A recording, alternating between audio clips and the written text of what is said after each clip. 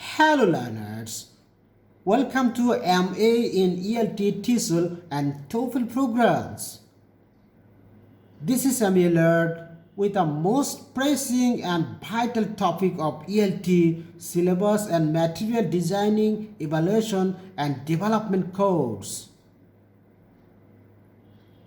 In this module, I will talk about major parts, tools, techniques, and perspectives of needs analysis in English for specific purpose syllabus and material designing. So, this video is very important and helpful to you. Let's commence the lecture. Lesson 6B1 Introduction.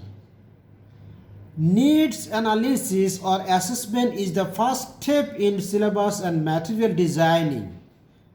By clearly identifying the problems, finite resources can be directed towards developing and implementing a feasible and applicable solution. Gathering appropriate and sufficient data informs the process of developing an effective syllabus that will address the learner's needs and wants.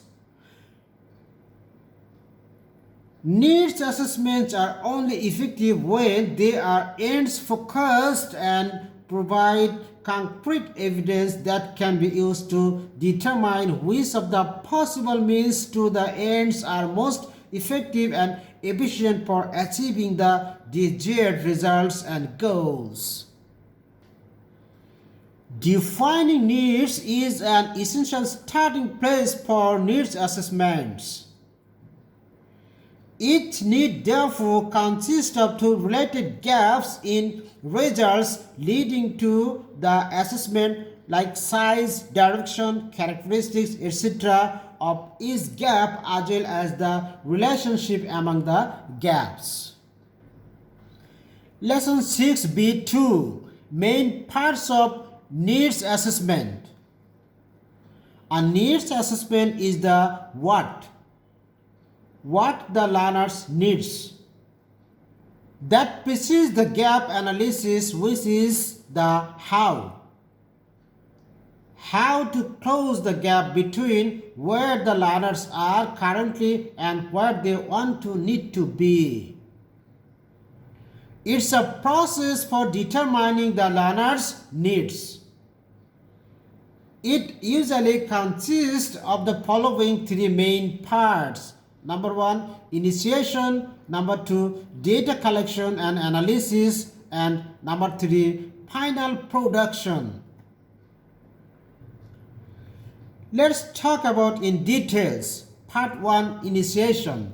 Initiation starts out by identifying the prime factors, otherwise known as limiting factors, for the needs assessment project, the organization being analyzed, and the project stakeholders. Next, the consultant creates a project proposal to needs and wants.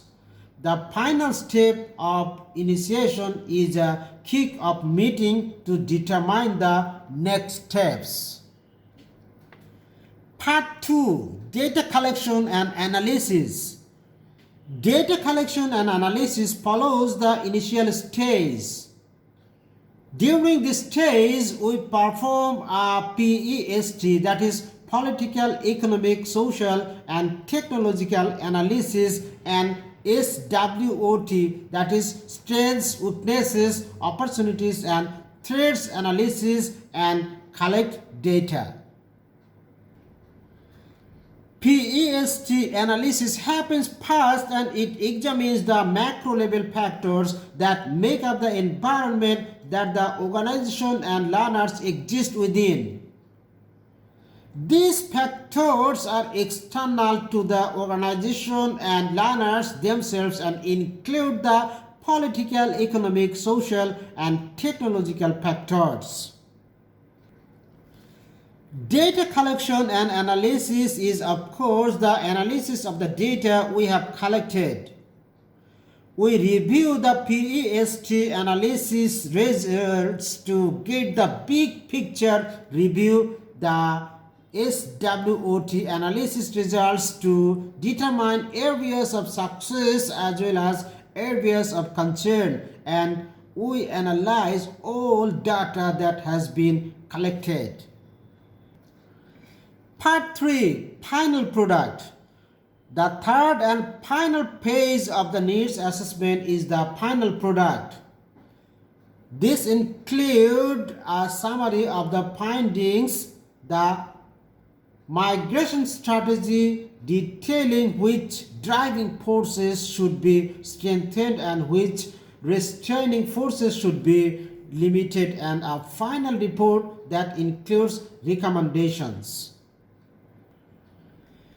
Lesson 6b3, Major tools, techniques, instruments and methods for collecting data and information for need analysis. A variety of procedures can be used in conducting needs analysis, and that kind of information obtained is often dependent on the type of procedure selected. Since any one source of information is likely to be incomplete or partial, a triangular approach, i.e., collecting information from two or more sources, is advisable. When going about the data collection, many different sources of information should be sought as follows: questionnaires, self-rating, interview, meetings, participants' observations, survey, consultant, collecting documents like prospectus or brochures, investigation, discussion, various tests, portfolio, checklist, anecdote, record, rubrics, project, assignment, debate, feedback, and so on. Viewers, let's discuss some sources in details. Number 1, questionnaires. Questionnaires are one of the most common instruments used. They are relatively easy to prepare. They can be used with large numbers of subjects, and they obtain information that is relatively easy to tabulate and analyze. They can also be used to elicit information about many different kinds of issues such as language use, communication difficulties, prepared learning styles, prepared classroom activities, attitudes, and beliefs. Number 2, self-ratings. These consist of skills that students or others use to rate their knowledge or abilities. Self-ratings might also be included as part of a questionnaire. Number 3, interviews. Structured and unstructured interviews allow for a more in-depth exploration of issues than is possible with a questionnaire, though they take longer to administer and are only feasible for smaller groups. An interview may often be useful at the preliminary stage of designing a questionnaire, since it will help the designer get a sense of what topics and issues can be focused on in the questionnaire. A structured interview in which a set series of questions is used allows more consistency across responses to be obtained.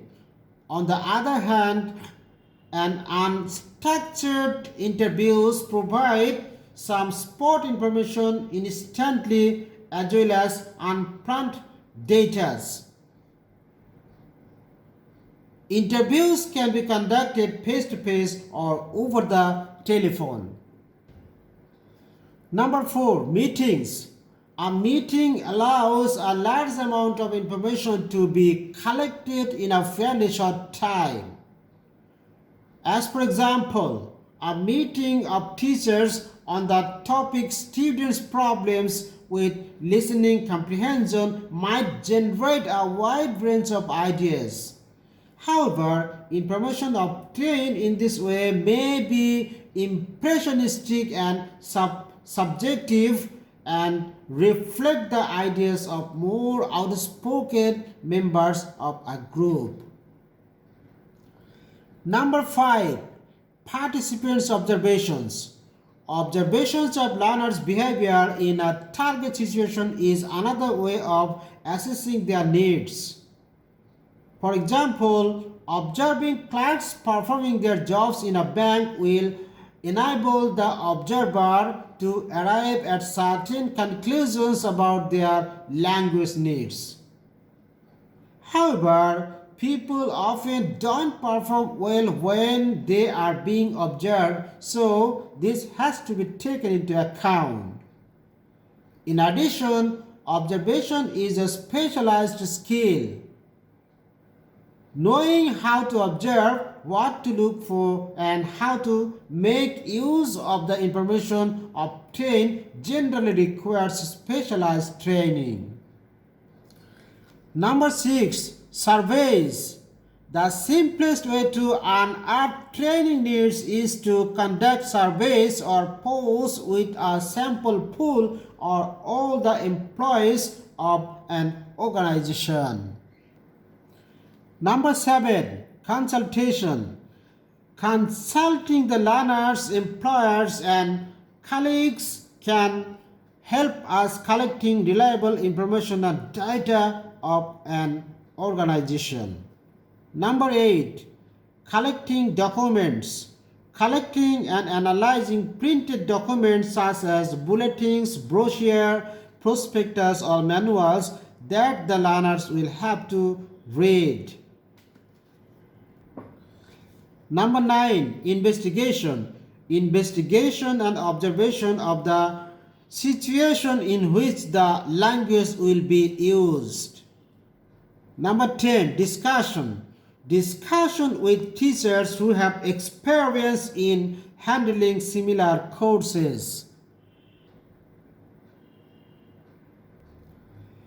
Number 11. Conducting various tests in order to assess the learner's current command of the language. The teacher may also administer various tests, especially placement tests, interview the learners, or confine himself or herself to a review of the textbooks covered by the learner so far.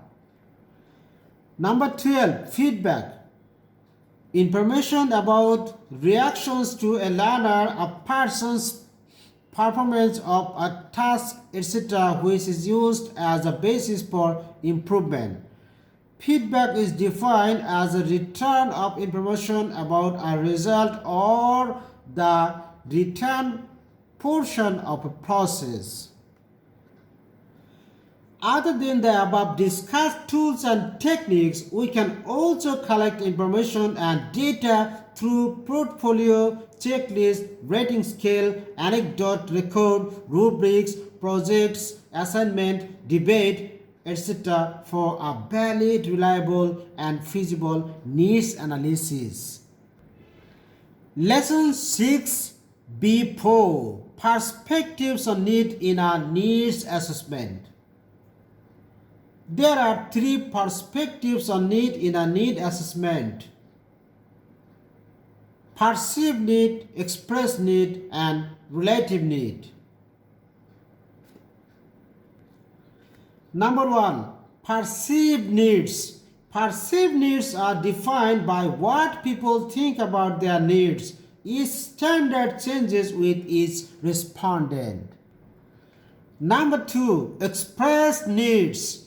Expressed needs are identified by the number of people who have sought helps and focuses on circumstances where feelings are translated into action.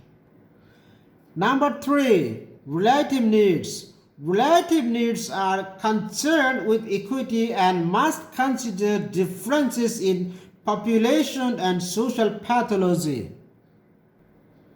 Viewers, in my next video, I will talk about principles, factors, instruments, methods, purposes, users, steps and procedures of needs analysis in ESP syllabus and material designing in details.